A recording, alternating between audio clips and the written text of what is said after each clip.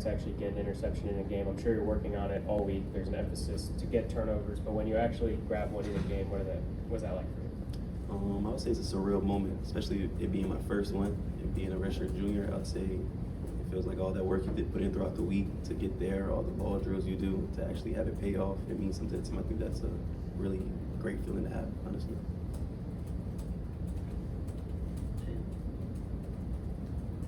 Coach Lotsu was telling us about halftime in the locker room against Michigan State, where some of the players already were coaching up the rest of the team before the coaches got in there. Can you kind of address the leadership the players are taking and the ownership the players are taking this season? How much that propelled you to a fast start? I think it's the fact that we want to win, but we also know that we haven't played to our best yet. So I think the fact that we see it's like we're self-led a little bit in a way, which makes us better a little bit. So try to hold ourselves to a standard. Hey Glenn, obviously I know you said obviously it feels rewarding coming down with the interception, but just kind of being able to balance. Obviously I know when Bo Braid, when he missed, I believe it was the Virginia game, you stepped in to fill that role, but just also filling in, as a nickel as well, corner as well. How do you feel like you've been able to kind of balance that, and what do you feel like maybe kind of clicked for you so far? I would say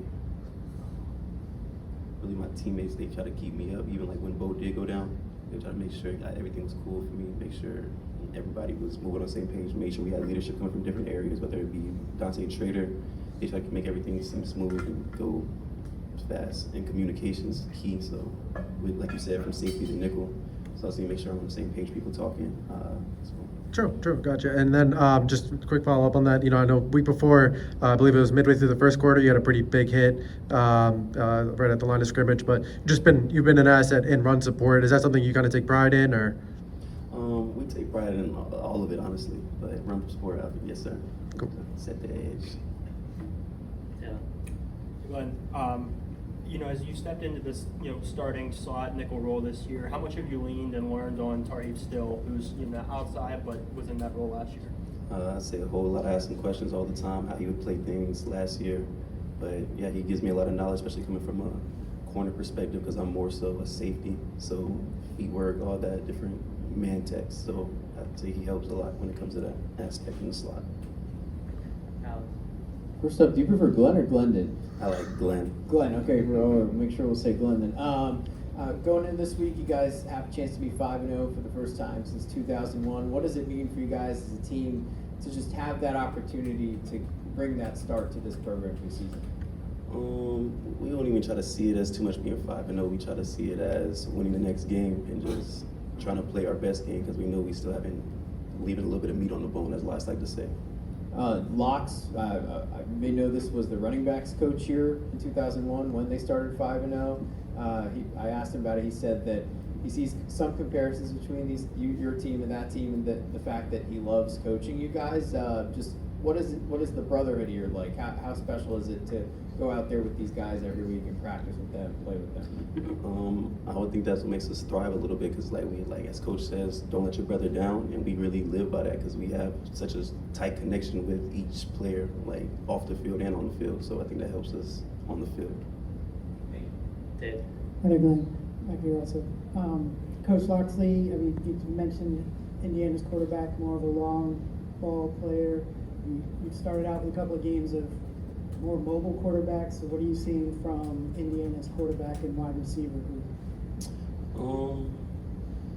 We try not to even too much get into it. We try to just make it all next game, and it's what we do more compared to what they do. So if we keep our technique good in all facets of the game, I think we should be all right, depending on who we play.